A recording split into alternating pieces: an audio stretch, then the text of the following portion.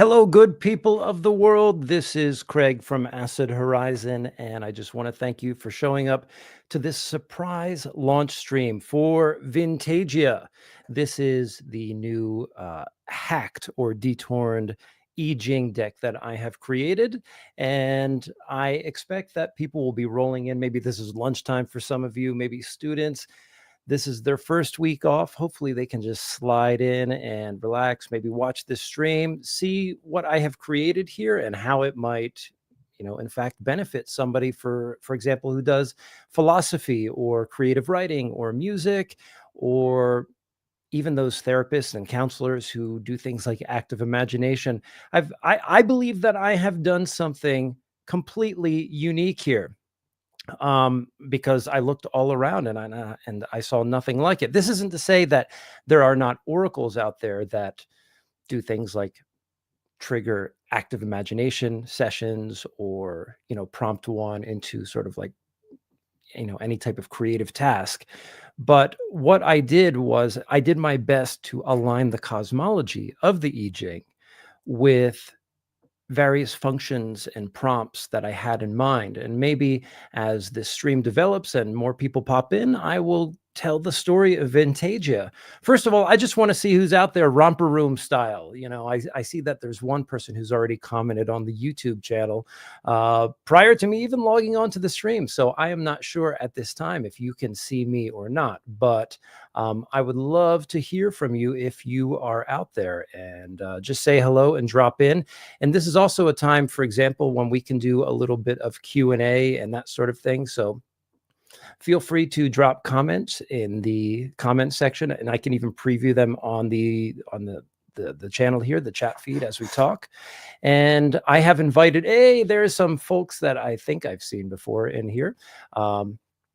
Let's actually let's put them on screen. So that's a pop-up message. By the way, I'm not going to say I'm terrible at streaming. I just don't do it. So I was in basically somebody that I'm working with, a good friend of ours who has a lot of experience with things like Kickstarter, really suggested that I do a stream like this. And I think my wheelhouse is more, making a recording, kind of editing it, and then popping it out there clean and with sheen for the masses to listen to. But oh, here we go. There it is. There's Pierre saying, hey there. Yeah, I will put you on the screen. This is probably the most egalitarian of streams there is. That is because I don't have any stream fans, I guess. So, feel free to say hi, put a comment, put something raw out there, really challenge us, really take up the mantle of transgression, if you will, and say hello in your own unique way. But if you are coming from the Acid Horizon podcast, Patreon, or the Left Hand community, or even the folks at Weird Studies, who I really have to thank, particularly Don Hillman, JF, and Phil, who so graciously allowed me to introduce Vintagia on their platform. I believe it was not this past weekend, but 2 weekends ago. And, I have to say, when you make something like this, you find out how it works, well, really after you've made it and as you're introducing it to folks. And I'm going to put somebody on the screen right now who we all know around the Acid Horizon community. We got Noah Trapolino checking in saying hype. Noah is the creator or the artist involved with Acephalus, the erotic tarot of George Bataille. And we had promised our followers that we would get that out to them like September, October of this year, but we got ahead of ourselves with the deck, and we sent the deck out for print, or actually for proofing yesterday. So I'll probably get a prototype in a couple of weeks, and that will be very exciting. And so after that, and I'm just very transparent about our process here too. When you make something like a deck like Vintagia or Acephalus, it takes time, and it's a very labor intensive process.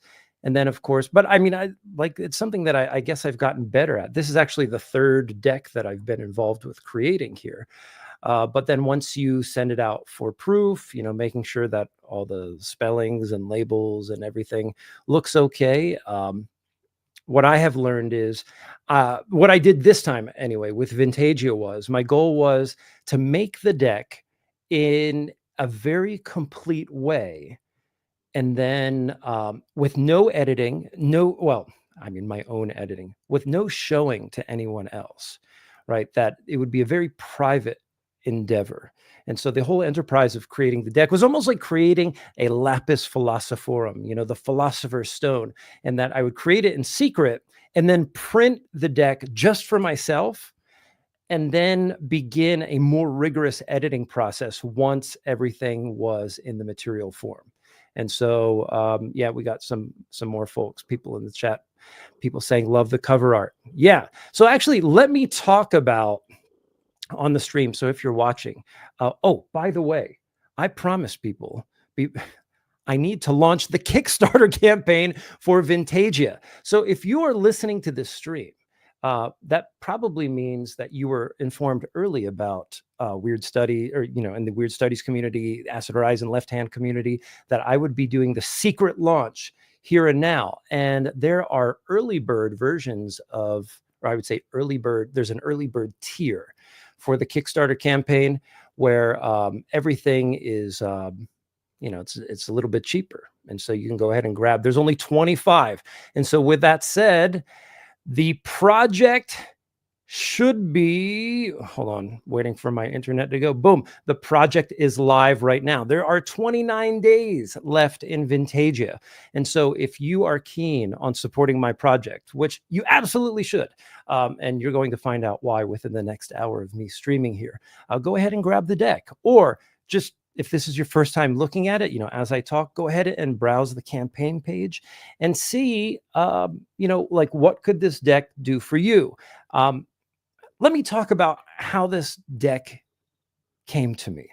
When you start doing things creatively, if you undertake, or if you live a creative lifestyle, and look, the whole umbrella of creative endeavors is quite large. I mean, from architects to construction worker and to DIY person, like all of those things. As you delve deeper into that world, you kind of refine your sensibilities, and you find out what your style is, what you like, what your standards are, and so forth.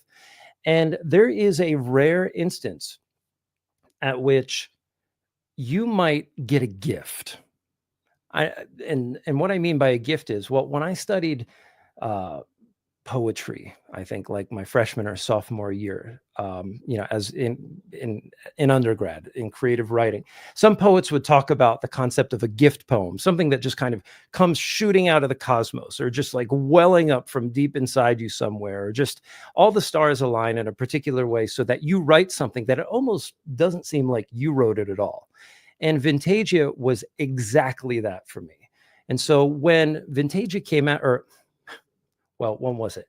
It was probably about a year ago. I wouldn't doubt if it was a year ago today that I came up with this idea. So I was in the shower. So it was basically a nuclear shower thought of sorts. Those of you who know us as Acid Horizon know that over the past year, we had a kind of trial and a tribulation, and things weren't going very well for us. And we kind of kept it up under wraps for a long time. And amidst all of that, suddenly this word Vintagia just came into my mind with everything that you see in the deck right here. I mean, basically everything that I'm going to show you today. I would say a solid 89% of it was already determined in that singular thought that I had that day in the shower. And I went running out to my laptop soaking wet and just like typed down, the very bare bones of the idea, just kind of put the armature up, as it were. Went back in the shower, took care of things, dried off, and then I started doing a kind of a one sheet, or for what this deck would become. And everything you see here, it reminds me of David Lynch. Even the cover, everything that you see here so closely matches the idea that I have. Like it feels very good. There are certain kinds of artistic ideas that you have where, like, I don't know if you're a songwriter, guitar player, maybe you work on Ableton electronic music. You'll come in with an idea like, I want to do some drum and bass, house music, electronic or whatever. And you start noodling and you're like, not quite that. And then the idea slowly reveals itself over time. Like I said, this is like a thunder strike.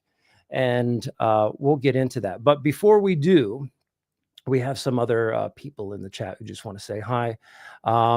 Noah says, this deck snuck up on me for real. Excellent. This is great. Ryan Stevenson says, have you seen Suzanne Triester's Cybernetics deck? Well, I think it was February or March. We actually had Suzanne Triester on the show. So if you navigate back through our YouTube videos, not only will you hear an interview with Suzanne, I do a flip through of Hexen 2.0. And now I have seen Hexen 5.0, and I think she said that when that drops, her publisher is going to send me a copy of that. I would be very excited to get that. And yeah, if you haven't looked at Suzanne Triester's work, it's fantastic. The only criticism I have of the deck, and I hope she's listening, is that I wish more of her intention surrounding the deck was actually built into the deck itself, or at least into the instruction booklet. Because one of the things that Suzanne and I have in common, at least in terms of our approach to like hacking these Oracle decks, is, the whole enterprise of getting your tarot read or something like that. We might say that part of the, like one of the sort of reactionary dimensions to it isn't necessarily the belief in a transcendent God or a transcendent reality. All right, maybe that's part of it. But I think it's just too highly individualized. You go to see an expert, a seer or something like that, and then you have an exchange with them, and it almost, emulates or recapitulates the psychoanalytic model, like whichever came first. I mean, the tarot as we know it in the Western world today, arises almost at the same time as psychoanalysis, interestingly enough. I never thought about that until right now. But what I like about Suzanne's deck is she has the community in mind, getting like 4 or 5 people together, looking at, the subject matter of her decks. It relates to cybernetics, data surveillance, control society stuff. And then people use that as a meditation to develop a conversation. I think what's happening with Vintagia is there is a personal sort of one-on-one, or a one, what's the just one person of one-on-one, a none-on-one, or what have you, right? You can use this by yourself, but I also developed it in a way so that you could use it in a classroom, in a writing seminar, with friends. There's actually a companion activity in here that's meant for 2 people as well, and we'll get into that. But all that to say, Suzanne Triester, awesome. Cybernetics, Hexen 2.0, 5.0, definitely check it out. And not that Vintagia is doing anything close to that, but it's definitely worth, seeing the comparison. Let's see, we have some other comments. Secret stream, yeah. So yeah, this is the secret stream. I didn't announce it. Well, I announced it, like 30 minutes ahead of time. And then somebody said, a eureka moment for the shower rather than the bath. Excellent, excellent. Only 24 left. Just picked up the first. Thank you. Pop a message. Yeah, I'm only working on one big screen here. So let's take a look. Are there any other decks? Let me see here. Oh, yeah. So a lot of those early bird decks have gone already. So it looks like there's 16 backers. Now there's 17. So there's only a few left. You'll see, by the way, that my goal for this is $8,888. And I love to be transparent about these things. Why did I pick that number? Well, it's a lucky number in Chinese. So given that I'm using the I Ching, I thought that would be fun. I'm pretty sure, based on the numbers, that I'm going to get more than that. But I'm probably going to order about 500 decks anyway, and that costs close to about $5,000. And then once you do all the shipping and packaging and everything else, I mean, there's a lot built into it. So I get paid very little for these projects. This is a labor of love, and any sort of largesse that you throw my way in terms of like, hey, I'm just going to throw in an extra $10, $20, $50, or if you want to become a high tier supporter. In this case, there's really only 16 slots for high tier supporters. And you can take a look at that yourself. But I'm also going to use this deck for my artist residency that I will have in October and November later this year. And I'll get to talking about that in just a little bit. Anyway, what do we have? We have Stephen, good friend Stephen from Minor Compositions, popping in saying, can you democratize esotericism, reading the cards as schizoanalysis versus psychogeography? Yeah, I would say that there's something very, well, we will get into this, Stephen. When I was creating this deck and play testing it, so to speak, with a very small community of people comprised of Acid Horizon and Weird Studies fans, one of the initial criticisms is that if you make a deck like this, it should have its own bespoke spread. And I was thinking, okay, what can I do? Well, given that one of the themes of the deck is psychogeography, I wanted to make it the spread almost like a compass, north, south, east, and west. But then it was a question of what are the roles that then I assigned to the cardinal directions, and is there anything else that, like what would the needle of the compass be, and so forth. And so when I get to showing how that works, you'll see where the schizoanalytic element comes in, because I basically use Deleuze's metaphysics from the Nietzsche book to map on to the directions that we see in the deck. And so just I've just been using preview language for the first 15 minutes here, so I apologize. But that gives you a sense of what I'm up to. More shower thought talk here. It says, my shower thoughts are usually rehashing arguments, not coming up art like that. That's right. We win the arguments we've lost in the shower. That's for sure. Or celebrate our victories, right? Oh, there's Dawn. Excellent. There, yeah. So Dawn, who we see in the chat right now, has been instrumental in sort of projecting the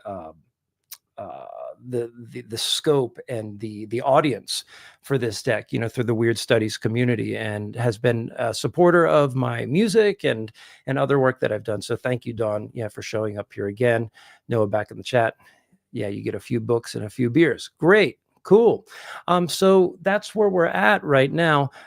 Let's just take a look at the deck, right? So when I open the box here, it says Vintagia. And so I don't know, some of us here are older than others, but perhaps some of you remember what the manual for your VHS recorder, your VCR looked like growing up. And I wanted to emulate that for the book. Initially, I was thinking of just going with like a strict black and white for this, but it didn't really fit in the color palette that I developed here. I mean, this to me, this box looks so strong out the gate that whatever the card back looked like and the book looked like had to sort of fit within the same ecology of colors and style. So I love the word operating instructions. Like it gives a sort of mechanical feel, and I wanted to have that element of irony there. And I mean, if you notice, the box itself looks like a VHS tape or a Betamax tape, from the late 70s or 80s. And after I had the prototype made, I had this sitting on my desk, and I remember looking at it lengthwise on my desk. And I tricked myself a couple times. I was like, who put that VHS tape there? And so mission accomplished, as I sort of fell for my own joke. But when it came to the operating instructions, I went with this sort of like creamsicle color, spring's here. And I'm just thinking of all the sweet treats I loved as a kid, because there is a kind of nostalgic element, and it seemed to fit like pretty nicely there. And the book right now, well, this book here is 98 pages, as you can, maybe you can see, I don't know. And right now, I've actually added more functions to it since printing the prototype. And right now, I think the book's like 111 or maybe 109 pages or thereabouts. But as you can see, the type is super small in this book, and I need glasses, but you'll see that it's very rich. Maybe maybe richer than what you might get for like a regular tarot deck, because I'm basically delivering a completely new system here. So I have to explain everything. So there's that. The the back of the cards I wanted to talk about too. So let's get this stuff out of the way. Let's just talk about the card itself. So there's a reason for everything. Everything fits for a reason. Now, anybody who's familiar with the I Ching will know that the system of the I Ching is based on trigrams and hexagrams. And given that the motif that I wanted to create was vintage, um, and let's keep in mind here, I'm not just doing nostalgia for its own sake. Some of the precursors philosophically for this are folks like Mark Fisher. I'm also thinking of Evan Calder Williams on Salvage Punk, and the idea of reclaiming these technologies from the past that have been either set aside or are now just bound for the trash heap, and will rest there for essentially eternity, and salvaging parts from them to create this sort of, either you can call it a magical portal, or you can call it a gateway to an intensive threshold. And so what I wanted to do was, like, imagine, I don't know, imagine some sort of like science fiction story, like where children like reassemble like camcorders and VCRs to get like some sort of image of the past, and now that material that comes through is workable in some way, and that rests deep, at the base of the vision for this deck, I would say. So with that said, we have trigrams and hexagrams, and so hexagons of course make sense, and I like the idea that these hexagons were broken and open and interlocking. And also, you'll see I have Boards of Canada's Music Has the Right to Children. And I mean, it's pretty clear that, what do we call the style of music that is Boards of Canada? I mean, some people have called it nostalgia-tronica or folktronica. You often hear things like analog futurism, cassette futurism, right? And I would say that these genre names and the ideas that they intimate brush up against things like hauntology and lost futures. And so I thought there was an opportunity here to turn that into something interesting and important. And so Boards of Canada records their albums at a studio called Hexagon Sun. So I thought, oh, that's great. I'll take these broken hexagons that have interlinked into each other, and that will sort of, complete the motif or the style that I'm trying to create here. There's a question here. It says, is that card design in the box inspired by the Kubrick Shining Carpet? Now, that's a good question. That wasn't at the forefront of my mind when I picked this design, but it clearly came out. Like, I noticed that after the fact. In fact, a good friend of mine has the Kubrick carpet as his mouse pad, and I was like, maybe there was a sort of subconscious thing there.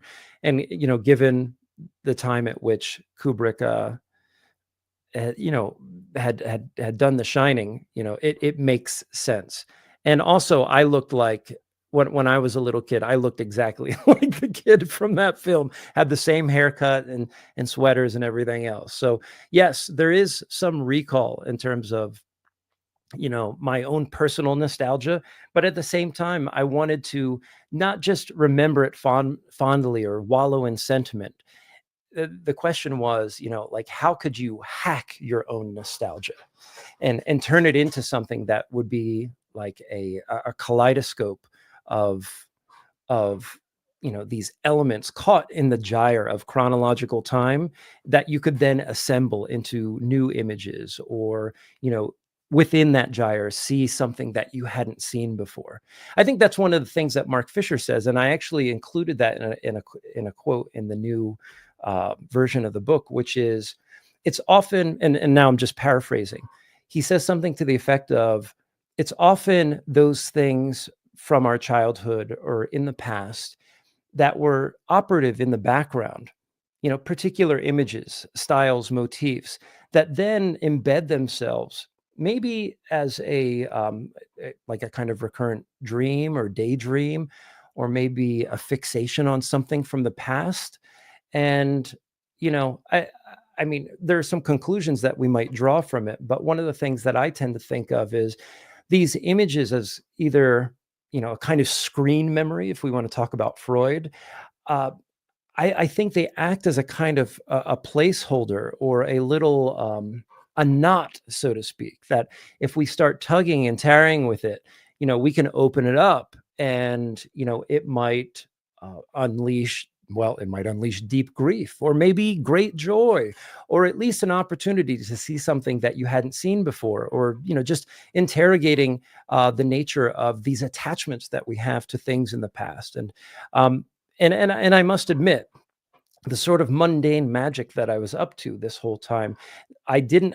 The only intention that I had was to stay sort of true to the vision, but I I guess you would say that I I engendered the risk of, well, not knowing what any of this would bring about. But I mean, fortunately, I didn't succumb to some sort of dismal spell of my own making.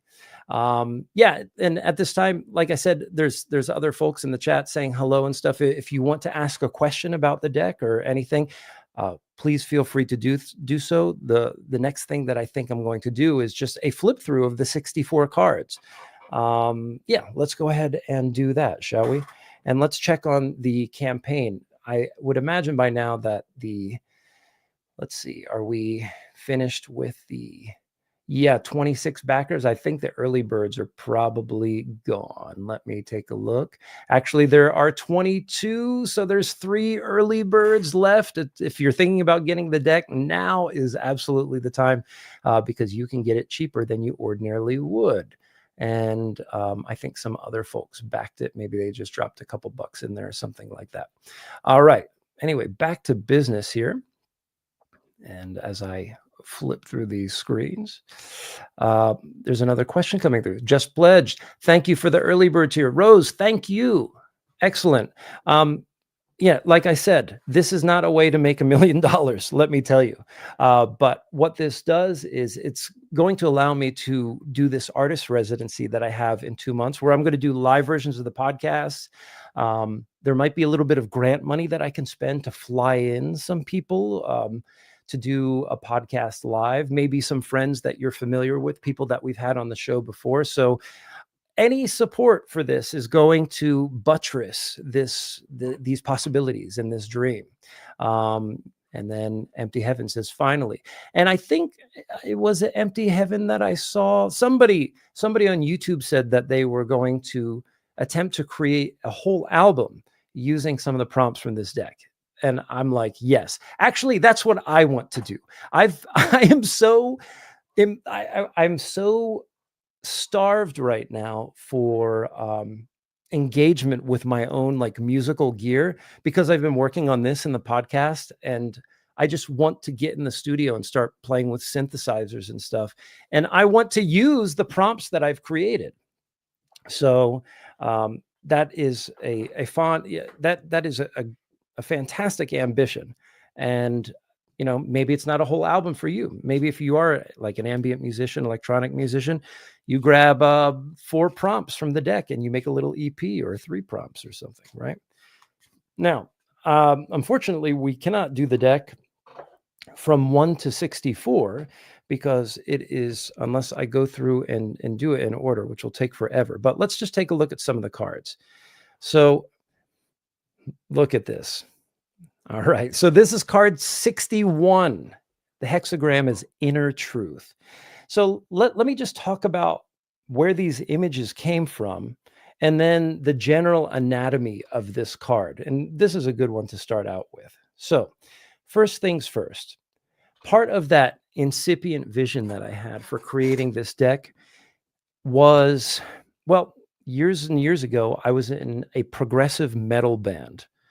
Maybe some of you know that, but I was a vocalist of the band, but I was also the person in charge of promoting the band, making the flyers and stuff. And so if you've ever been in that position, you've been online, and this is back in the day when you're stapling flyers to the telephone pole, or, putting it up at Guitar Center or whatever. But what you'd have to do then is go online and find pictures and, things to put on your flyer. And one of the resources that I tended to use was Flickr, if you guys remember. Um, and through Flickr, there was a portal to the US National Archives. And I would always look at this certain portfolio of photographs that was created between 1971 and 1977. And the project was called Documerica. And it was a government program that was funded in conjunction with the creation of the EPA, the Environmental Protection Agency. And what they did was is they sent out a massive battery of photographers. I don't know how many total there were, something on the close to like 90 or 100 between 71 and 77.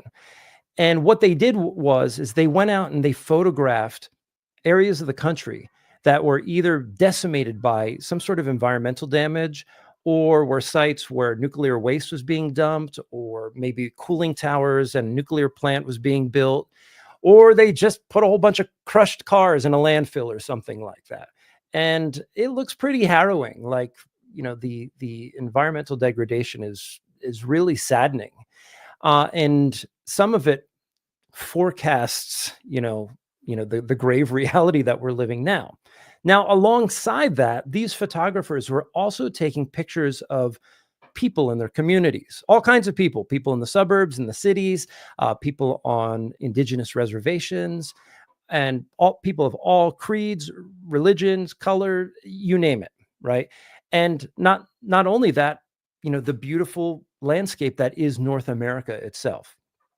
And so I would say out of this cache of 20,000 plus, maybe 40,000 photographs, there's a small percentage that have these extraordinary images that are just absolutely beautiful. And sometimes I would just get stuck in the archive looking at this. And this is ages ago, as I said. And there's one card in this deck that I believe that Boards of Canada used for some sort of promotional art. And so when we get there, maybe someone can remind me if they're familiar with the piece that I pull up. But anyway, what I thought was interesting is that amidst all of this, the diminished landscape that was, affected by the industrial capitalism of the 20th century. There were these points of beauty. And what I wanted to do was assemble 64 of those points, like take some of the best cards, or at least cards that resonated with the hexagrams in the I Ching, and map them on. And I would say for the most part, like I got the pictures that I wanted. And this was a very good one. I mean, I just love the warm tones on this woman's face, and these sort of magnifying spectacles that she has attached to her glasses here. We get a sense of inner truth. And I like the idea of having like a regular pair of glasses, but then in addition to that, you have this, extraordinary technology that magnifies your vision even more. And to me, clearly there's that maps onto this concept of inner truth, or this hexagram, this cosmological facet, this archetypal facet, that we get in the I Ching. Now, you'll also see on the card, and I'll just bring it closer here. There is a little fast forward button on that. Now, the fast forward button and inner truth and number 61, there's no direct relationship between, although there are 8 functions that I've chosen from the VCR technology. Maybe it's best seen on the back of the deck here. Yeah, that looks good enough, we'll say. So you see we have record, rewind, play, fast forward, pause, stop, slow motion, and eject.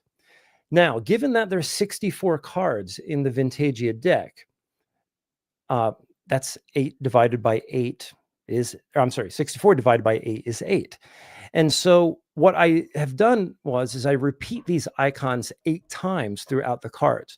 And given that, you have this consistent pattern that runs along all 64 cards, now it creates the opportunity to, for different kinds of chants and combinations of cards, and and we'll get into that. All of that plays into how the deck functions when it comes to some of the more its connections with like composing music and or writing poetry, for example. So there is that. Let's go. Let me just grab a drink here, and then we're going to do some comments, and then we'll get back to Vintagia. So let's take a look here. Oh boy. Have you had Land on as a guest or any other CCRU member? What about Peter Wolfendale or Ray Brassier? So we've only had one of those folks, and that was Ray, because he did, when we were when we were doing work for Repeater, he did the translation of Marcuse's 5 lectures on psychoanalysis, and we had him on for that. I highly doubt Nick Land will ever sit with Acid Horizon. We haven't had Pete Wolfendale. I mean, I guess that's a possibility. It's just not somebody who's been strong on our radar, but that's not to say he won't be at some point. Yeah, so Empty Heaven says, I make music under the name Empty Heaven. I'm looking to completely reterritorialize my whole sound style for my next record. Time for some new lines of flight. Yeah, so that's why I made Vintagia too. So, and like I said, we'll get to that. And then just Hedgehog checking in saying, hello, guys. All right, let's take a look at the cards. So from the Documerica series, we have 50, the Cauldron. And we have a little chipmunk. Looks like a little can of tuna fish or something there in the Cauldron. This card has a very alchemical meaning in the Chinese cosmology. This one was a perfect fit. Hexagram 54 is the Marrying Maiden. And yeah, that's just a gorgeous picture from the 1970s. Just the warmth and the layers of light in that veil are just fantastic. And we got the slow motion turtle there. Oh, I guess I should talk about what are the words at the bottom of the card here. Yeah, let's do that. So before I do the flip through, so we have 3 cards here right now.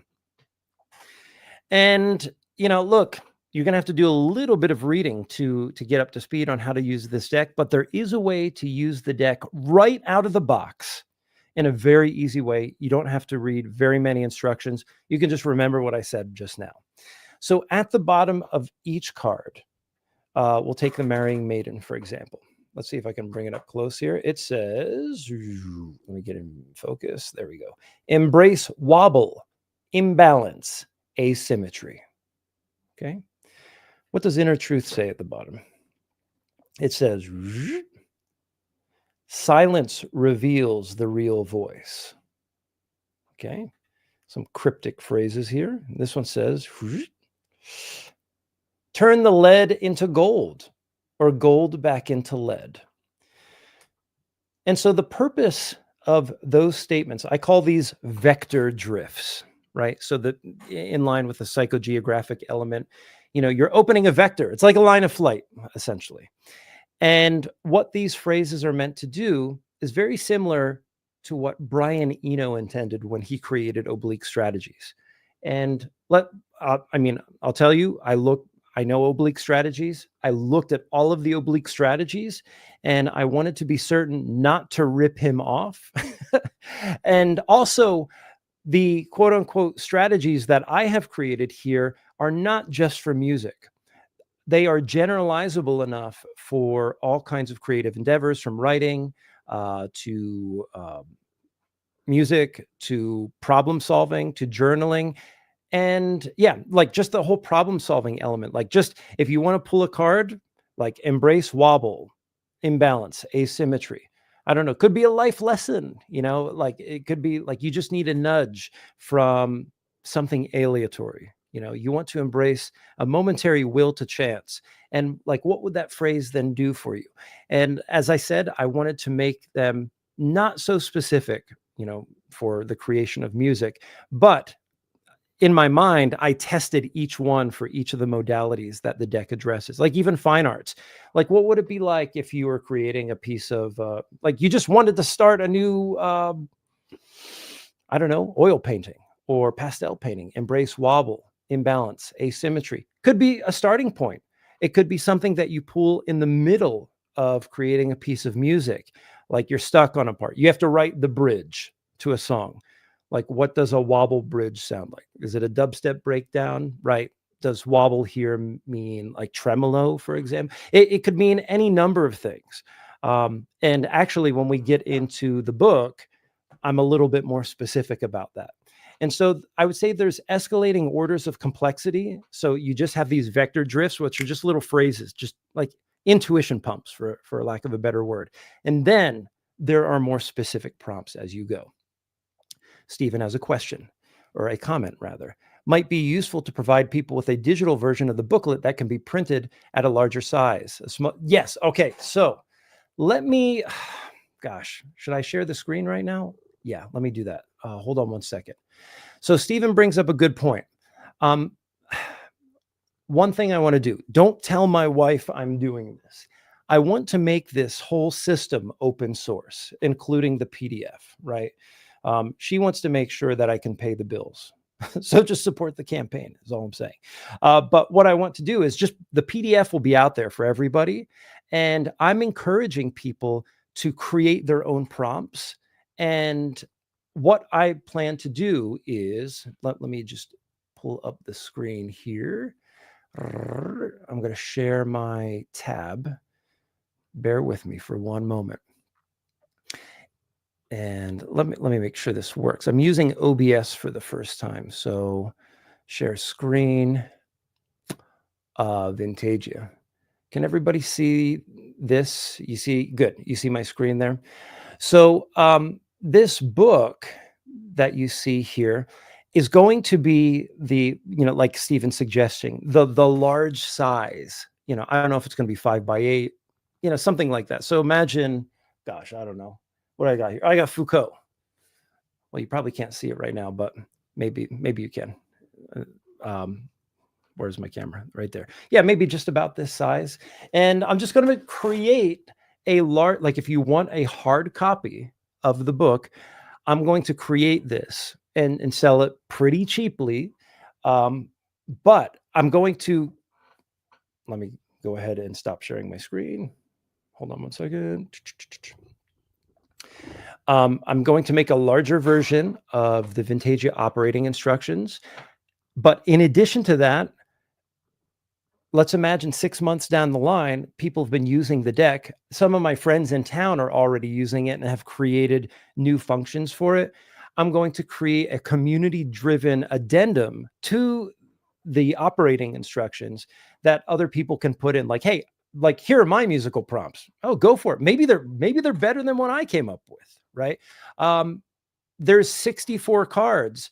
And I think one of my friends is going to create a way to, like, imagine a 61 key keyboard, but the remaining 3 cards are silence or other functions or something like that. So if you wanted to write like an arpeggio, you could do it with the deck. And so that's something that you might see when I release the community driven version of the book. And so I'm hoping that, people lock into this and help create a few more functions. And then, like I said, that's going to be for everybody. It'll be for free. Just get the PDF out there. Let anybody use it who wants to use it. And then those of us who want a hard copy, recently I met somebody in town who has a beautiful studio where they do printing. So it will be a locally sourced DIY print job. And we can all pay, I don't know, $12 plus shipping, and then we get like a really cool book out of it. And anybody who wants to have a hard copy of it. So that's something coming down the pike. And so, yeah, thank you for mentioning that, Stephen. So cool. And as I said, I'm open to any more questions, comments, anything you want to talk about right now. Ask me questions about Acid Horizon. I'm in for a diversion. Anyway, as I said, so yeah, here's some of the cards. We'll get into those functions in just a bit. So let's do a little bit more of a flip through. This one's rather subtle. It's just some leaves, but there's a kind of bokeh effect here that I really like. Very, very characteristic of the 1970s. Traffic Jam in the 1970s for number 28, Preponderance of the Great. This one I really like. It's it's like a triptych or a diptych of maybe somewhere near the Grand Canyon. If you know the I Ching, this is for the card, The Darkening of the Light. Card number 3, Difficulty at the Beginning. And so here we have this incline with tons of boulders on it. I really like this card in particular. Here's one of my favorites, Youthful Folly. And so we have 2 children racing down a sand dune. Grace, a beautiful waterfall with what appears to be, I don't know, lavender or something. Coming to Meet, an older gentleman on an old school payphone. Opposition, some sort of non-poisonous snake in the desert. Some of the pictures that I really enjoy are of the Anasazi ruins, I guess we would call them. This one, and I have them twice in the deck. This one is Constancy, hexagram 32. Corners of the Mouth. And we have a 4-cornered flower of sorts there. Abundance. It's some corn in a cornfield. Close up. Modesty. Here we have a withered dandelion. But, part of modesty is, embracing one's humility, one's sense of shame, one's fragility can lead to the birth of thousands. Family, just a gorgeous photo, right here. Love the warmth. This colors the sort of bokeh light effect in the back. Here's your 1970s version of Easy Rider. This is the card Retreat. 2 folks headed down a highway somewhere in the west of the United States. Stand Still. It looks like the rack of an elk in the field at the foothills. This card here is Increase, some old computer technology of sorts, and this blur effect. It looks like the numbers are going up. Gathering Together, hexagram 45. Waiting, Nourishment. This particular picture, I think, is one of the most standout pictures in the Documerica series. It's often used to, like if there's an article on Documerica, they'll often use that photograph. And what I like about some of these cards is it's just very understated. Like this card here, Taming Power of the Small, number 9, is just some tufts of grass. And I don't know if my camera here is really giving it to you, but like I made sure to remain as faithful as possible to the colors. And I didn't need to hardly use any filtering effects. Only in a few cases did I make some adjustments or retouches, but everything looks great. Number 17, the following. Let's talk about following. When I was an undergrad at Penn State University, long before I encountered Gilles Deleuze or George Bataille, I was studying primarily with a group of left Heideggerians. And so I studied a lot of Nietzsche, Foucault, and Heidegger early on. And this was at a time when the recently deceased John Sallis was at Penn State. But one of my teachers, Susan Schoenbaum, she was a teacher of Asian philosophy. And I did 2 independent studies on the I Ching with her. And this is one of the reasons that I'm doing this project, is that I developed at one time in my life a very concentrated knowledge of something that I never used again until now. And I wanted to figure out how to use it in a novel and unique way. And when we did the independent study, we didn't only study the history and the philosophy, we actually used the I Ching pretty regularly. And we would ask questions, and we would basically attempt to divine in the same way that they did in order to understand how it might have been used. And one of the things that she had me ask was, which hexagram is going to be the hexagram that is going, how can we say?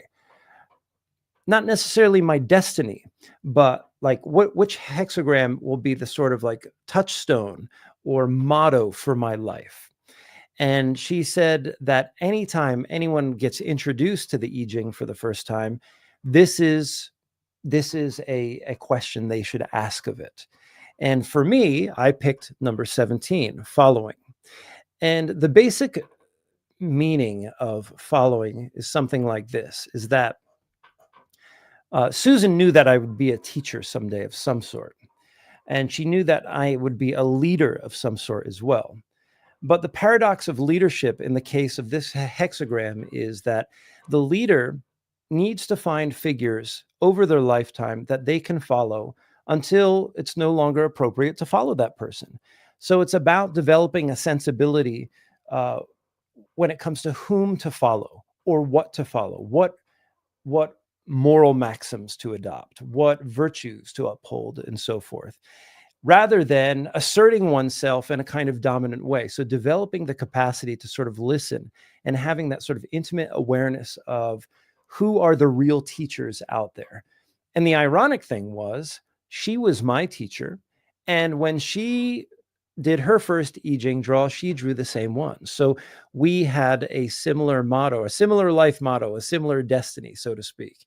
And so I thought that was kind of special. And it was a really strong way for me to remember not only the experience of doing those independent studies, but I have to say, there are times in my own life where I'll do a little check-in with this hexagram. I mean, it exists in my life in a sort of abstract or spectral way. But that's one of the things about the I Ching. You don't have to get so woo-woo about it. Like if you're not into the magic aspect, these kind of encounters that we have with divination tools and oracles can be a way to sort of coalesce or solidify the ways that we create, acknowledge, and refurbish our values.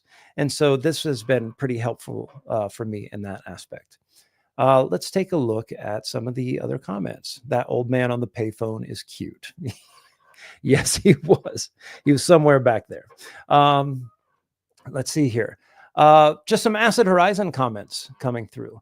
Listen to the episode with Jasper Burns. Curious to hear about the future of a new Acid Horizon original publishing house. Will you be accepting submissions? That's a great question to ask in this context. So the answer is yes, at some point. So the way that it works, the way that it's working right now is that Noah, Adam, and I, we knew that we wanted to do the acephalus deck. That was something that had been percolating in the background for a while. And I'll tell you, we put it forward. We gave it to publishers, and everybody said no, because they didn't want to engender the risk of like taking on some sort of erotic horror tarot deck and maybe thinking like, who's going to buy that or whatever. And our campaign far exceeded our expectations. And so thank you. If any of you supported that, know that the deck's in production right now. And yeah, we really knocked it out of the park. And so after the debacle with Repeater happened and we left, we realized, well, Acephalus belongs to Acid Horizon and Noah. It's a product, so to speak, of our community. And so we thought, well, that's going to be the first release on our new imprint. And, just like this deck here, this isn't just like a straight up tarot deck or I Ching deck. There's a pedagogical and a philosophical aspect to it. And the one thing that we noticed, like when we think of the podcast and the reading groups and the community and the people that we meet in public, it's like a massive egregore. It's a way that we've connected. And, although this looks unserious and trite on the surface, at the same time, things like this have this really interesting way of creating a cohesive community, around these sort of interesting tools and experiments and so forth. And given that they've been so popular, our gambit has been, okay, let's do Acephalus. And I've had this idea, let's do this. This will be the second release on Ocular Editions. And that way it creates a continuity. And right now we have some folks who can fund us a little bit and like help out with individual projects. And so this is something that we're taking baby steps towards. We want to use these two decks as a kind of initial, like flagship, so to speak, to get things going.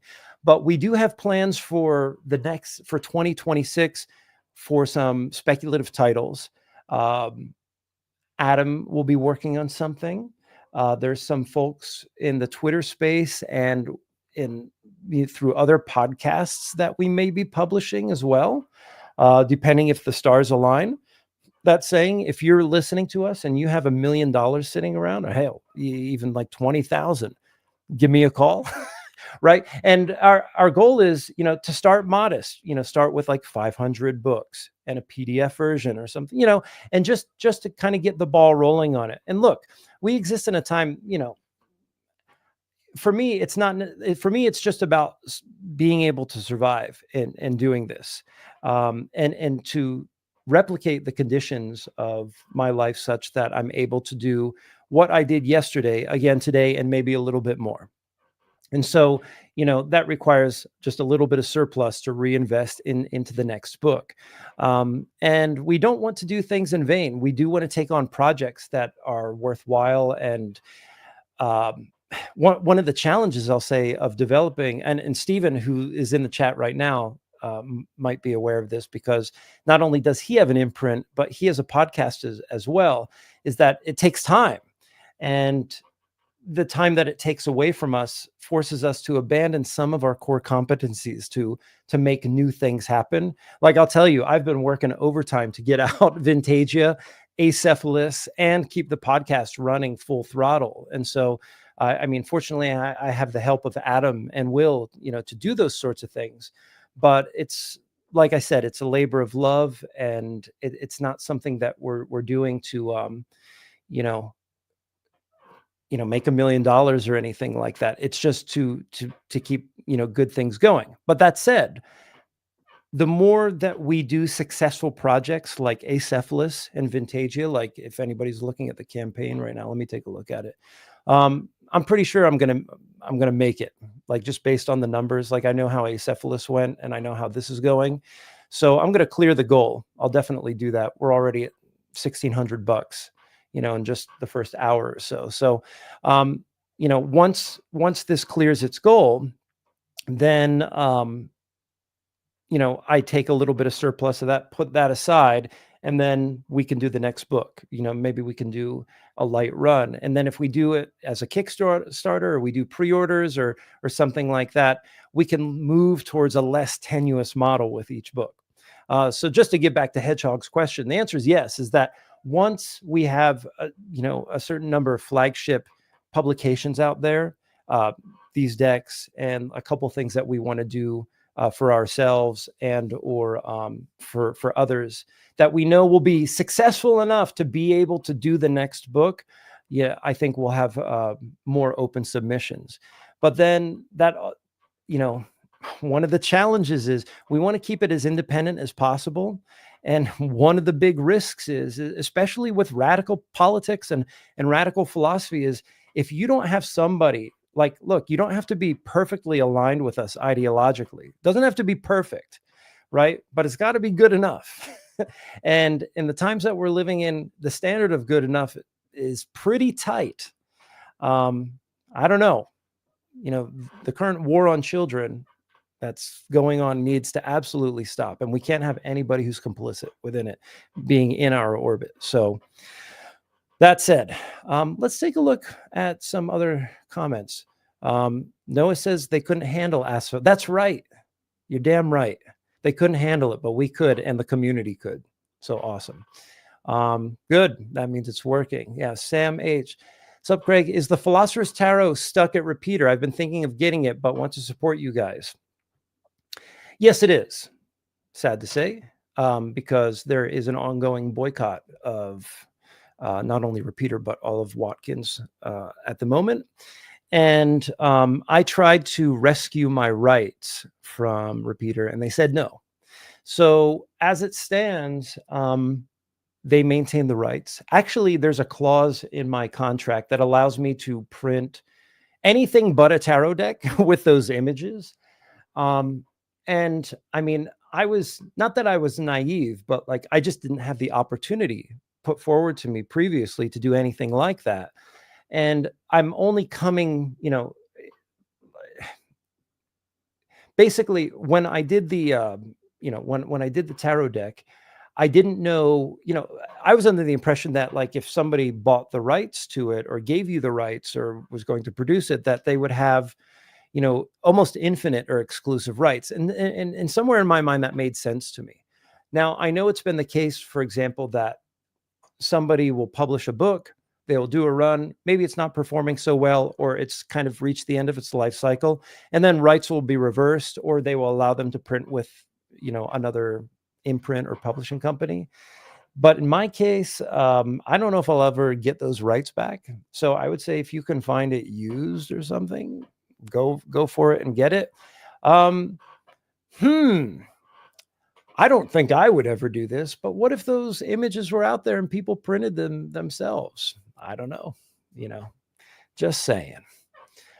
Anyway, let's get to some other messages here. Are there any opportunities to get more involved with Acid Horizon? Volunteering, editing, reviews for the podcast or future? Hey, that is something for us to think about too. um, if I ever did something like an intern, you're going to get full pay from us, right? You're going to get as much, like basically you're going to get compensated for doing the work that Adam, Will, or I would have done, in a set of given hours. So in order to get to a place where I would do something like that, I would definitely want to pay that person just as much as we were getting paid. I'm just on principle. As far as like, getting involved and helping us set up events or something like that. Yeah. If there's something that you wanted to do, volunteer, do in our name or do alongside us, just reach out to me. It depends what it is, So for example, here's some things coming up. In the summer, or I'm sorry, in the fall, we will do the Durations Festival again in Brooklyn at Public Records. I don't need a lot of help doing that. Although, some of the promotion for that, like in the city itself, like if you lived in New York or Brooklyn, maybe there's something to do there. Also, the promoters of Durations also want us to do something at Pioneer Works in Brooklyn, if you're familiar. I was just recently introduced to the venue and everything. It's like an art space.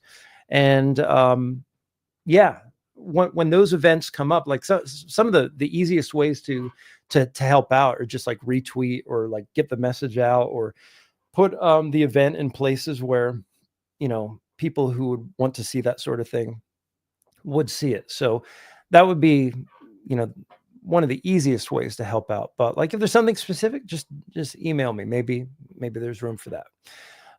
Hedgehog says, is there anywhere we can follow and support Ocular Editions? Right now, it's only on our website. So at some point, maybe I'll secure some sort of web page for it, but not yet. If an investor came through, if you are out there, our dear angel, and your values are more or less aligned with ours, within reason, give us a call. And then maybe we could hire somebody, Yep, there's Steven. Steven is, by the way, listen to Minor Compositions. If you have your phone out, go on your podcast app, wherever you are, put in Minor Compositions and listen to Steven's podcast. And then also follow Autonom Media and purchase their books or grab their PDFs. And have a good time with Steven. And he's saying so much time, so much work. So Steven and I are in the same boat.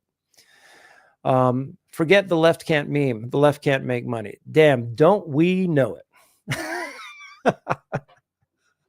Absolutely. But making enough to get by for now. So could be worse. You should work with the Machinic Unconscious Happy Hour and put out a deck of Young That would be awesome. The Young Lacanian Oracle. That'd be amazing. Well, I'll say this. I won't say who it is, but there's somebody that we've worked with, a guest on our show, who would be a fantastic collaborator for an oracle. And let's just say I floated the idea with them and they're open to it. They're just too busy for it now. And I won't say who it is, but just you can guess. Favorite oomph. Who's that? Young Lacanian? Is that who we're talking about? Greetings. Hello, Moors. And who else do we have? Thanks for the shout out. Yeah, sweet. Let's do more of the deck. So almost finished with this. I can't believe it. I've gone for over an hour. We'll give you like, I don't know, another 20 minutes or something.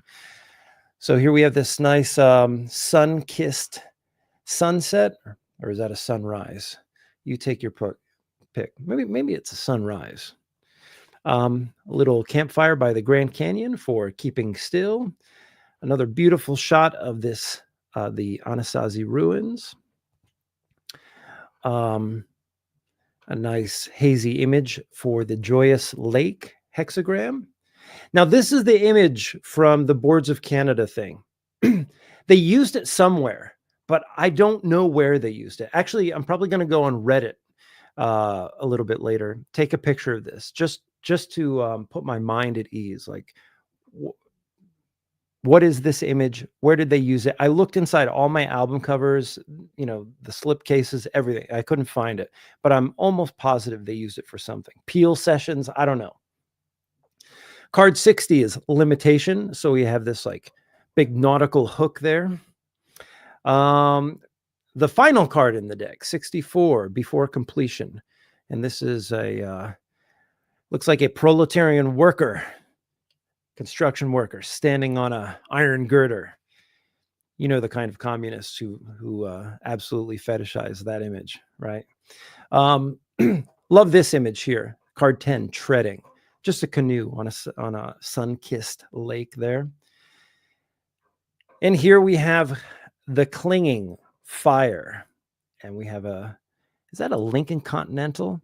My dad used to have a 66 Lincoln Continental growing up. Convertible, no seat belts in the back. My mom would be rocketing down the highway full throttle, and I'd just be crawling around the back seat. Top down, no seat belt. We could have hit a bump. I would have flown off into the median. But the car was not on fire, like in that card. This is the first card in the deck, creative. And I use this volcanic explosion because that goes with that card meaning. Another beautiful image of the Rocky Mountains for, I'm sorry. Yes, this is peace, card 11. Card 6, conflict. This is this card here. So this diver, this is the only card in the deck, or the only hexagram in the deck that I've changed.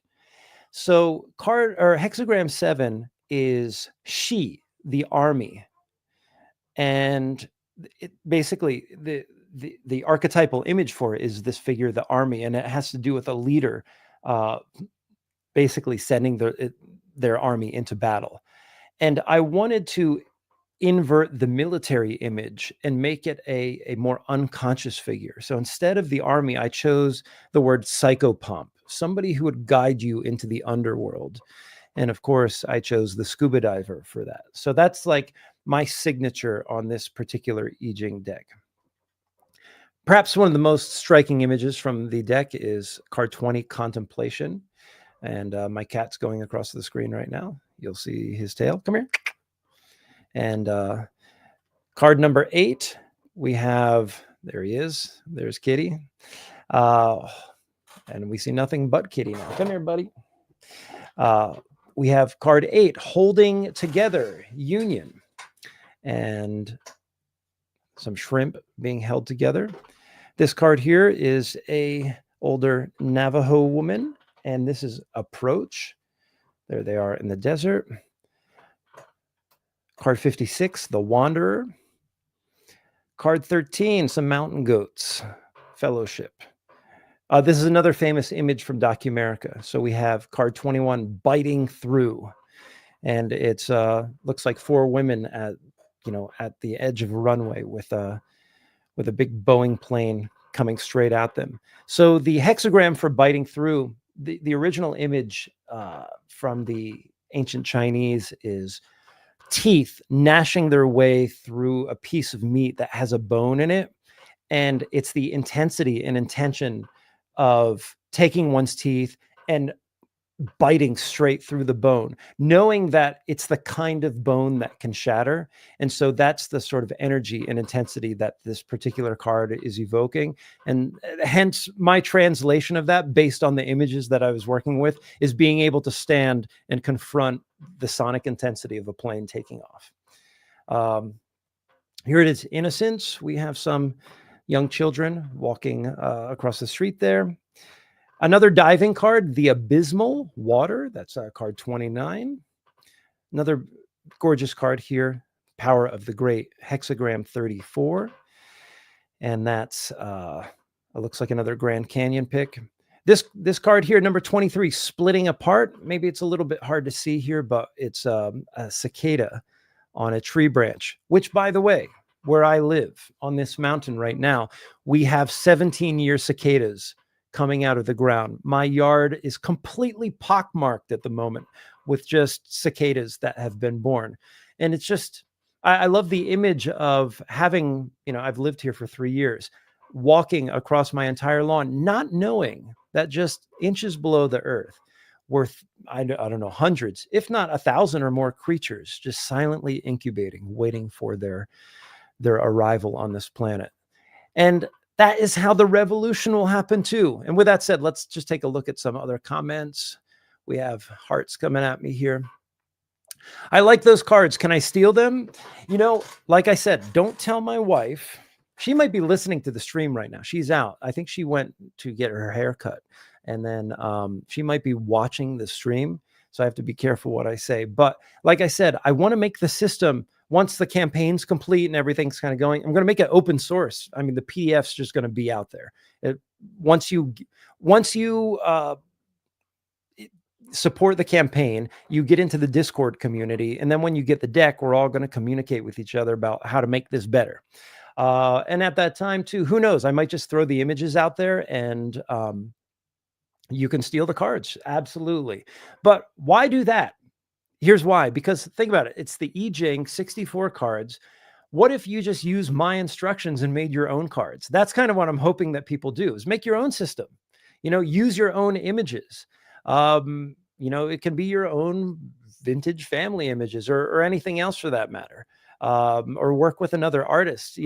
I don't mind, so this is my bid, to live in a world free from IP regulations. I mean, in as much as I do need to survive, and in as much as IP does allow me to, live at a minimum, I'd like to try some things where I can break out of that model a little bit and work in a sort of community fashion. So this is the sacrifice that I'm willing to make anyway, is like, put effort and energy into this and then just release it into a community. And like, if you really want to honor that, don't copyright it yourself, like make it public domain. And maybe it's something that we can work on together. What's to say? An idea would be to use the art from the tarot cards that are under repeater books and print them as greeting cards. That way the beauty of the art doesn't go to waste. Yeah, that's right. So, like I said, if any of you have supported my work from Crit Drip, I have the cards on, or the images on like mugs or t-shirts or whatever, candles. Yeah. No, absolutely. I am by rights on my contract allowed to use those images for anything else. I mean, I could print my own cards too and just, I don't know. Hey, like I'm saying, if in the future I don't know, if you find those images somewhere, what's stopping you from making your own cards? Anyway, Mental Weather says that exploding car looks so beautiful. Thank God that we have fuel and nitrate. What do we got here? Hedgehog, listen to the EAC episode and was inspired by transversality that you mentioned with regards to building a community. Would love to hear more on that. Sounds like a good episode that we could do. Yeah. And Hedgehog also saying, would also love to hear about what kind of works Ocular Editions will be looking for. And will Ocular Editions be publishing shorter works online, like an article? A good question. At this time, no plans to do online stuff. I think we're just thinking print publications for now. But I think it's going to be a while before we solicit anything, because we have the handful of things that we want to do. And given the pace at which we are going currently, I don't know if that will happen in less than a year's time or 18 months time. But rest assured, if it is successful enough, at some point, we will be asking for submissions. You have this Philosopher's Tarot, so I'll try to remember to scan them. Yeah, hey, be my guest. I don't care. At this point, I do not care. It's not my business. Yeah. They were gonna rob me at gunpoint for the cards. Oh, sure, go ahead, take them, man. There's plenty where this came from. Look, I took them from the U.S. National Archive, which is public domain. And look, in this time, and look, I don't have any lingering sentiment for the the now degraded and ever degrading liberal democracy that is the United States. But it is an absolute travesty, what the Trump administration has done, to put people's lives at risk, by putting Social Security on the chopping block and any other, meager institution that allows people just to live a little bit better. And we can imagine that something like the EPA would never happen in 2025 in Trump's America. And I mean, it's a miracle that we even have something like a public domain for something that's been created by, what's left of our government, in the form that it was originally realized. And I mean, things are really ripe right now for everything that's been left behind by those degraded institutions to be picked up by private companies, whatever Elon or Peter Thiel's got cooking, so anything that cannot be provided, hey buddy, come here, anything that cannot be ameliorated anyway by a government institution is surely going to be left to the wolves of capital to pick up and, attempt to create their own markets out of, or expand the market that they currently have. Sorry, it's hard to concentrate with my cat jumping around and doing all this. Anyway, Joe, backed, and I'm hyped about it. I love the community vibe. Thank you very much, Joe. Excellent work. Thank you for backing me. And like I said, seriously, some of these cards. So let me just tell you about what I'm going to do at my residency. It's going to be the local community engaging with all of the prompts, the psychogeography aspect, the music and art aspect. And some of the money that I will use will go towards just having cards for the event. So I don't know if I'm going to have 13 people or 25 or 35, but I'm going to need a battery of cards to use for the, 8 times that I conduct a workshop. And so the money that's put into the campaign, it's going to generate a surplus of cards. I'm going to use those cards. And then at some point, I'll probably donate what I used. I'll donate the cards that I used during the event to like the local library, maybe to a school, maybe if I meet a teacher or I'm working with a Penn State professor of music who's become a friend of mine. And he's the one who got me on the idea of using the I Ching in the style that John Cage used the I Ching when it comes to music. And he'll be developing some things for the community-driven book. But, I might give some to him so that he can use them in his university classroom. And so there's a kind of like pay it forward mutual aid aspect to the deck here so that, people can get access to this stuff without paying for it ultimately or sharing it, right? What else we got? At the risk of getting too insider baseball, who are the best printers for making these kinds of decks? Well, I'm working with a company called Shuffled Ink. They're actually represented on the campaign page. And here's one good reason to use Shuffled Ink is that when we did Acephalus, I mean, it's erotic horror. I mean, there's vaginas, there's penises, there's gaping wounds, there's everything else on those cards. I mean, it's like one click beyond nudity in terms of how provocative it is. And they were open to doing it.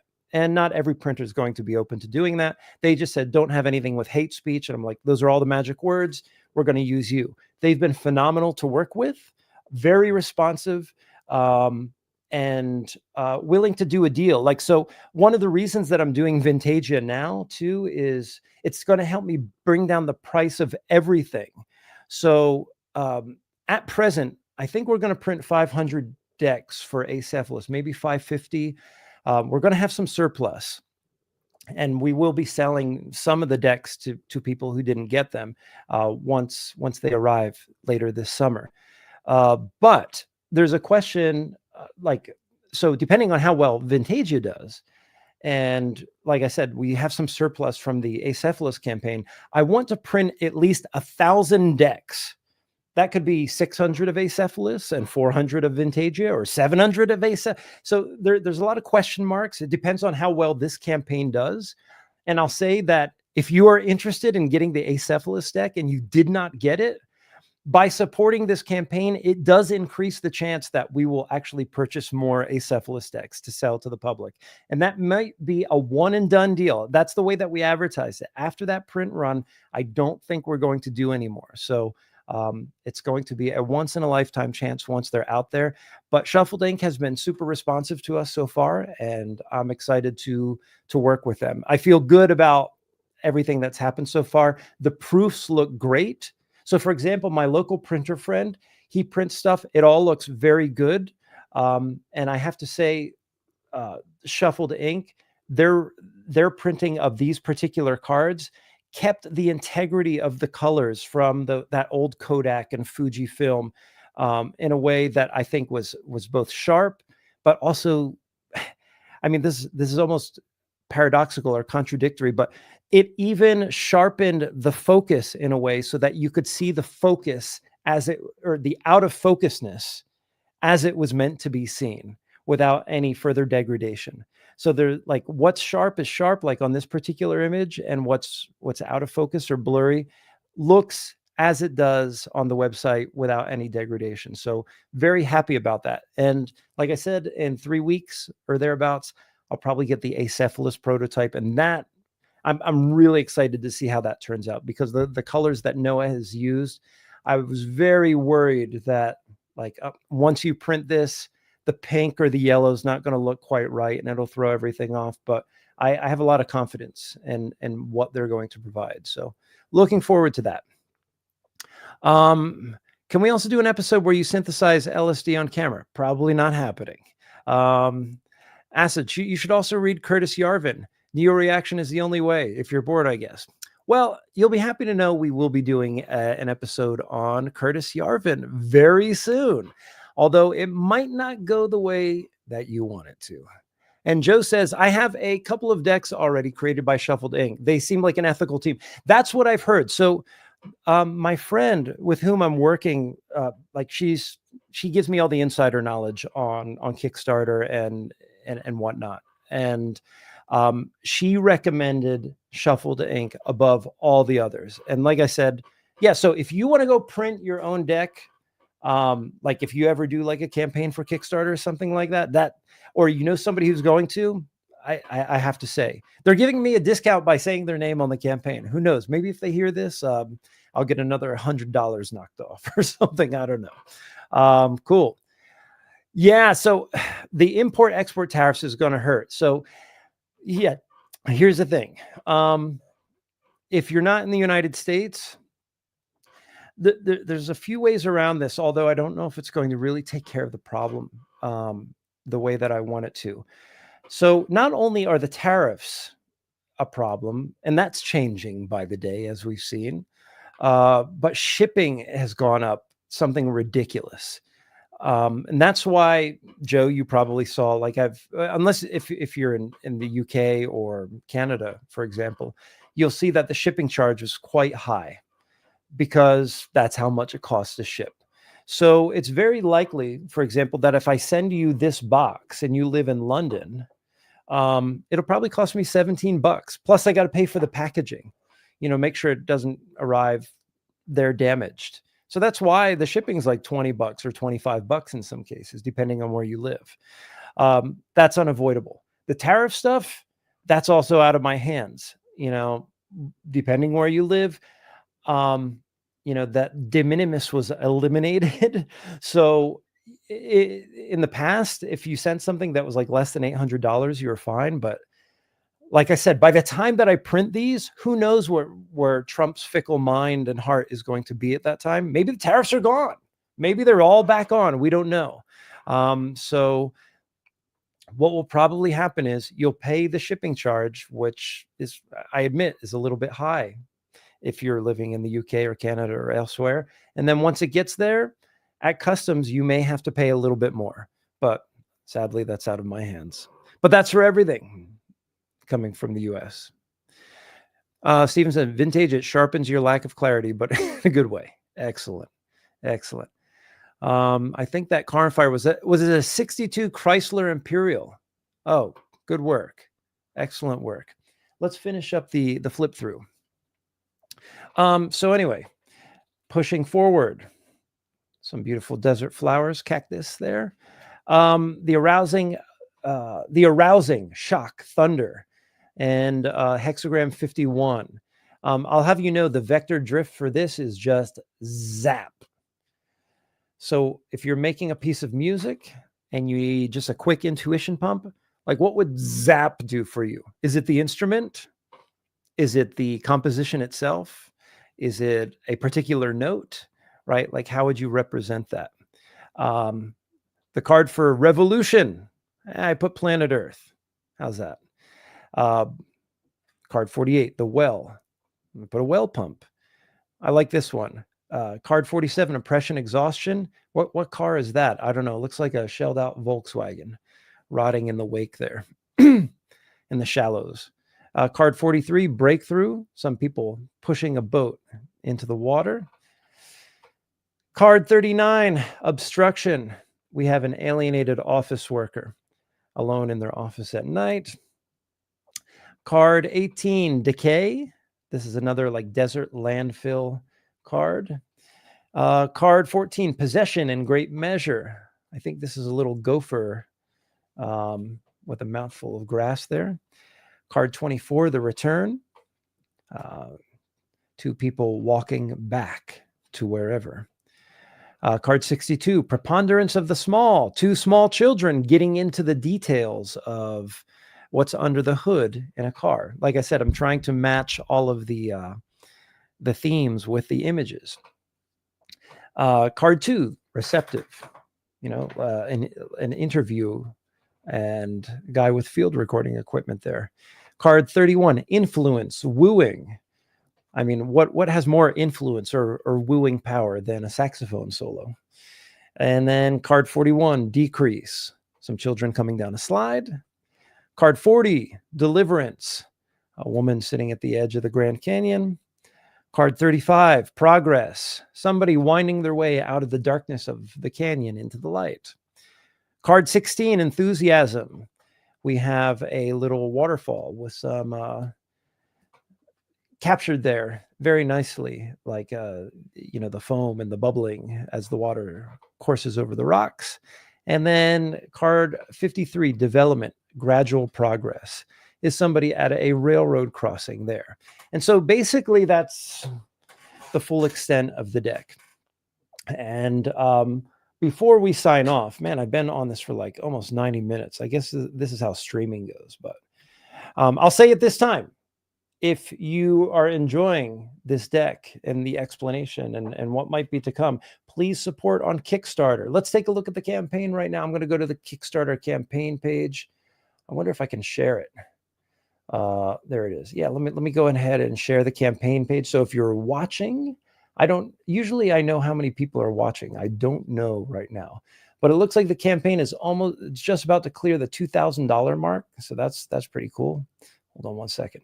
Share, present, share screen. Yeah, so here's the campaign. You can see we're at, it's $1,800, 35 backers so far, which is excellent. Yeah, and you can see all of the little videos and photographs that I put on the campaign page. And yeah, please take a look at it if you haven't already. The link should be in the show notes for this stream. And there's the book. Like I said, if you want to be involved with the community once the deck comes out, go ahead and subscribe. It gets you into the Discord server where we're going to create everything for this particular book. And then a little bit about me and the residency that I'll be doing later in the year. So there is that. So let's just talk a little bit about how to use the deck. In fact, given the fact that I can share the screen, wouldn't it be a good idea to show the PDF? So I'll go ahead and do that right now. Let's stop that screen. Let me go ahead and see if I got the PDF somewhere. Oh, I have the watermarked version of it. Excellent. Oh, hold on one moment, folks. Let's do, we'll skip the psychogeography part. We'll go right to, we'll go to the musical composition part, because that's always fairly sexy. Either all of us are musicians, or at some level we want to be. All right, excellent. Okay, so let me go ahead and hide that. And let's do this. So in a very simple way, let's imagine the deck is shuffled right now. And I draw a card. And oh, it's our favorite Boards of Canada card, 59, Dispersion. And what I have done is, let me just shape things up here a little bit. So you're going to look at 59, and then you'll notice there's this pause icon at the bottom here. You're not going to use this. We're going to draw a different card for the VCR icon. But what we would then do is we would go into the book. So if we're creating a musical prompt, or I'm sorry, creating a musical composition, we would go and let me share that. Hold on one second. Window. There it is. Hopefully folks can see this. I will try to make it as, so this is the portion of the book that talks about musical composition prompts, resonant structures. Maybe you can all see that right there. And so resonant structures use the armature of the I Ching to generate creative starting points for musical composition. Each hexagram suggests a sonic metaphor, an approach to form, texture, rhythm, or harmony that can inspire you to write music attuned to archetypal energies and inner shifts. So if, for example, we go to 59, Dispersion. So here's the general prompt. It says, have a central motif that gradually dissolves. Now, you as an artist, as a musician, like, what does that mean to you? Like, what do we mean by motif in this particular instance? You know, if we were writing a piece of, I don't know, drum and bass music, for example, how would it be the case that, like, your track starts out and maybe slowly degrades over time? Maybe we're thinking of glitching. Maybe we're thinking of dropouts. We could think of maybe it being like a sun-baked cassette vibe as things develop as we go forward. Any way we want to interpret that, right? So that's going to be the sort of general guiding light for that. But that's not the end-all be-all of resonant structures. So then what we do is, let's get out of this for one moment. We'll stop the screen. And so now that you have the general prompt in mind, you would draw another card. And so here we draw 60, limitation. But for the second card, we're going to skip the hexagram and we're going to go to the VCR panel function. In this case, it's rewind. So going back to my book, let's share the screen for the Vintagia booklet. And then what we will do is for each one of the prompt sections, so remember this section is resonant structures, we're going to back out, and then we're going to go to this section of the book here. And it says resonant structures, extending using the VCR panel functions. So we picked limitation, rewind. So you see we have record there. As I'm navigating around, you see rewind. Okay. Now we have some options. So in conjunction with that prompt to slowly dissipate or disperse the track, you can pick one of these. And starting from the top, construct the track, rhythm, or melody in reverse, revealing new patterns and structures. So in the case, so this would be an interesting experiment. Build the track backwards from its most dissipated moment. Like, let's say we're doing glitch and static. Like, just start with just a trash can of glitch, and then build the glitch backwards out of little glitches, maybe making the drum track, for example. Or maybe you actually have like a kind of trash can live drum sample of somebody just going absolutely bonkers on a drum kit. Maybe you pick drum hits out of that to build the more structured drum and bass track, for example. I've never built a track like that, and only through the magic of Vintagia was I even able to conceive of it right now, right? There's the sales pitch for it. Here's another way to go. Invert the melody so that each pitch is flipped in relation to the tonal center, right?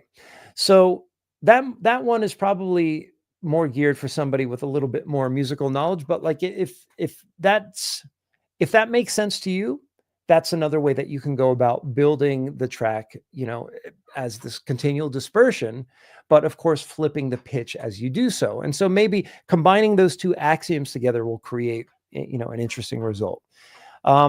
Rewind, reverse a key instrumental part, blending it with the original to create a counterpoint. I mean, this is something that I often do anyway to make ambient tracks. I mean, like if I do, let's say, a melody on guitar, is just flip it, reverse it, time stretch it, what have you, and then to create a tonal bed. That could be a way to go about doing the dispersion track as well. Maybe, with that in mind, maybe you start out with a more transparent melody with a transparent counterpoint that then gets flipped, elongated, time stretch as you go, so that the dissipation or dispersion effect that's being created happens in virtue of elements of the melody and the harmony and counterpoints, slowly dissolving into a soup of time stretched, reverbed out madness. Anything you want to do. So, like, I'm just coming up with that. Like, that's my interpretation of the collision of these two particular prompts. Okay. So anyway, let's see. Some folks here have some comments that we'll take a look at. Let's see. Yeah, throwing a little say rabateur, as Deleuze would say. Yeah, falls back on. Excellent. Yeah. Well, hey, let's do another prompt. And if you have any questions about these, just let me know.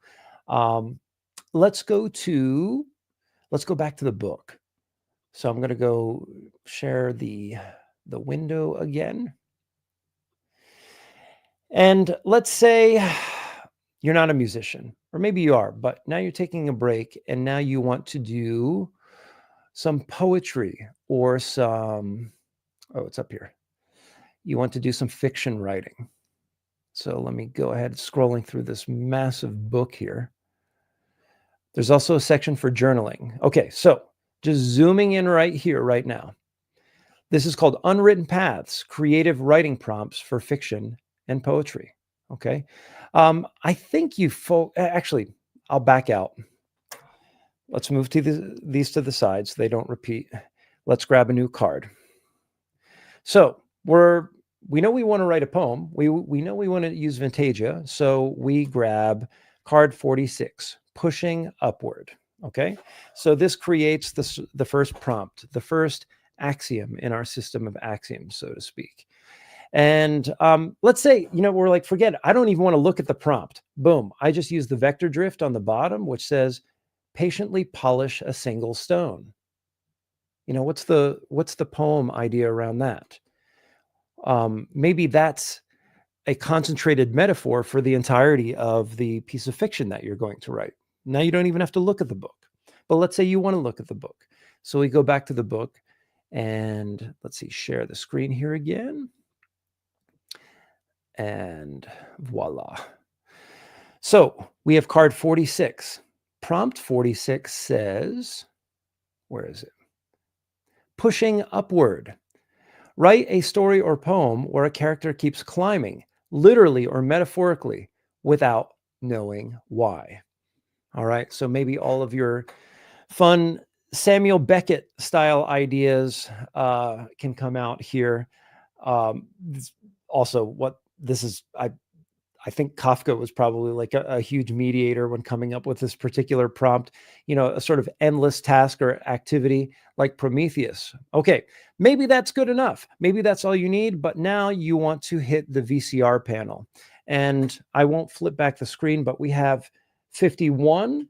And I don't know if you can see, but the icon is pause. So We're writing a story now where there's an endless sense of climbing or ascending. And this could be anything. But what does pause do for us? So basically, it says, so as you're writing, you pull a card. So for the fiction writing, you pull the card as you write, and it says here, linger in stillness. Reread your work slowly. Circle one moment of tension or silence. Without writing anything new, sit with it for 2 minutes. What emotions rise? And so you can do these VCR prompts in the middle of your writing, and these kinds of interventions. So, depending on how you work, everybody has a different pace when it comes to like making music or writing a story. And some people have the tendency not to finish things, or people will finish things too quickly, or maybe not sit with an idea. And the idea of the VCR panel is just to frustrate all those tendencies within us and mix it up to the point where if you don't finish stuff, it gets you to finish stuff. If you have the tendency to give things a gloss or not to think deeply about something, there's a chance that you might experience an intervention where you move slower than you ordinarily would. And so in the meditation of the emotions that arise, you're doing a sort of metacognitive thing where you're like, okay, these emotions are coming up. Now, how does that fall back onto the story? All right. Let's say you wanted to do another prompt or another card while writing the same story about somebody ascending. The prompt here for revolution is record. And so we go up to the record function for the unwritten paths, and it says return to the origin. Go back to the first sentence or idea of your piece. Rewrite the entire thing from that point, but make one major change: tense, narrator, or genre. Now, there's an interesting idea already. So we have this story about a kind of endless ascending and endless climbing, this sort of Promethean task, which has a kind of choose your own adventure element to it, like, or a day after tomorrow, maybe the thing starts all over from the beginning.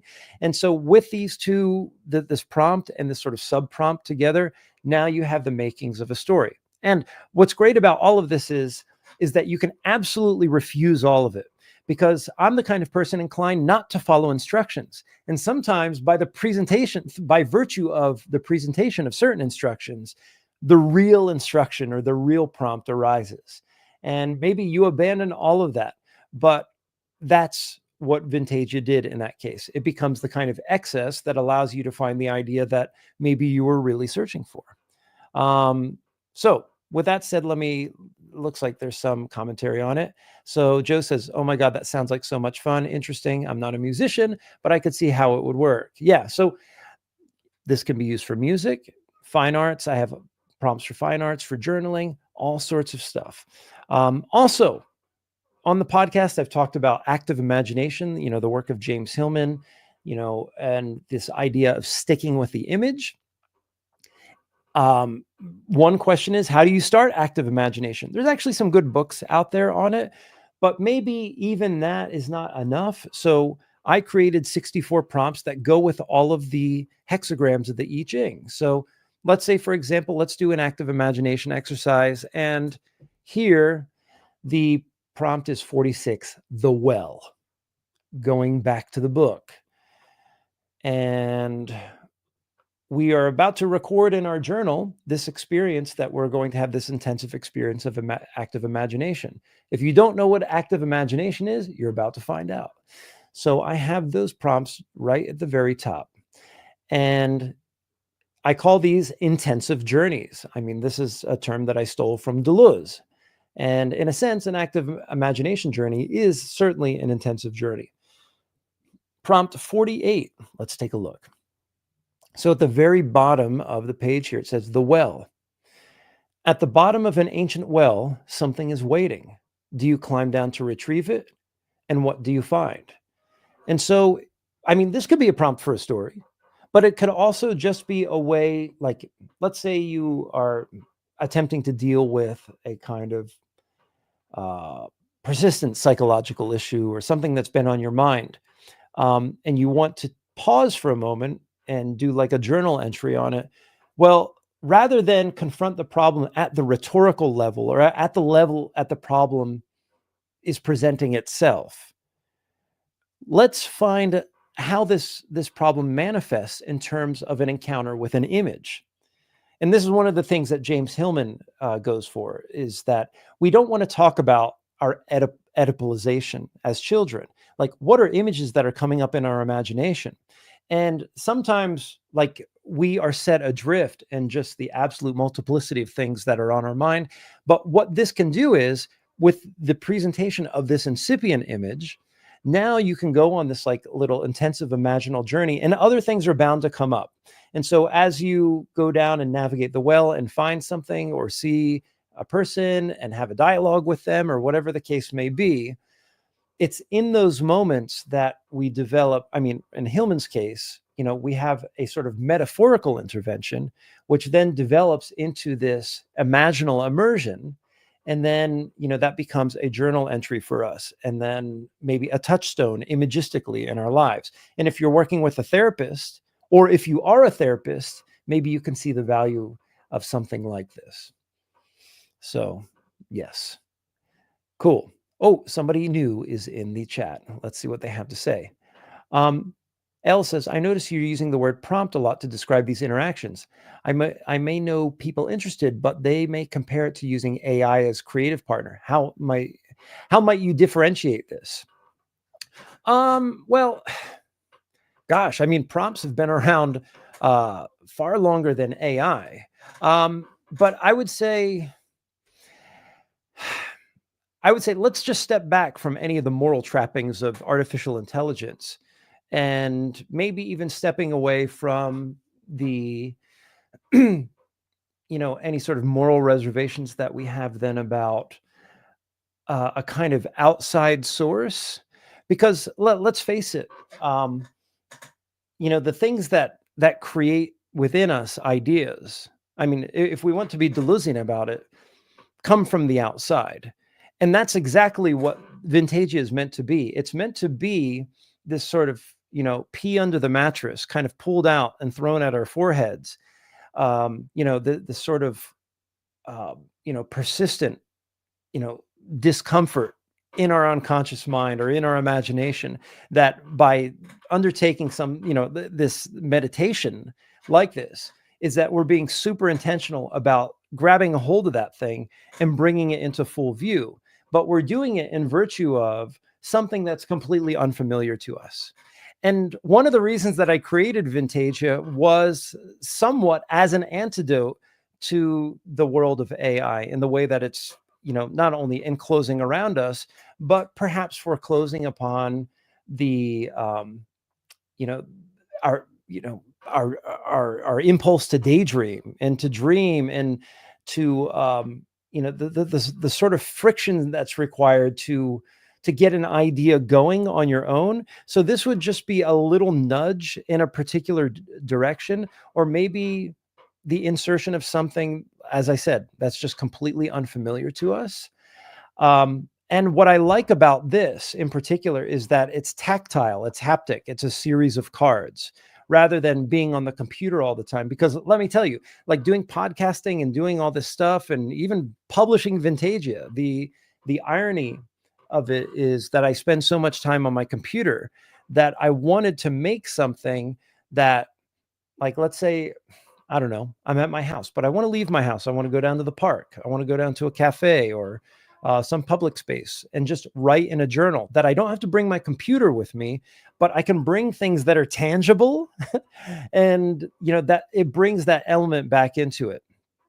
And although that was not the incipient impulse which brought Vintagia about, I believe, at the bottom of my heart, that like the reason that I had this idea was as a way to extricate myself from, or kind of create myself out of, the prison that is being locked at my workstation so often.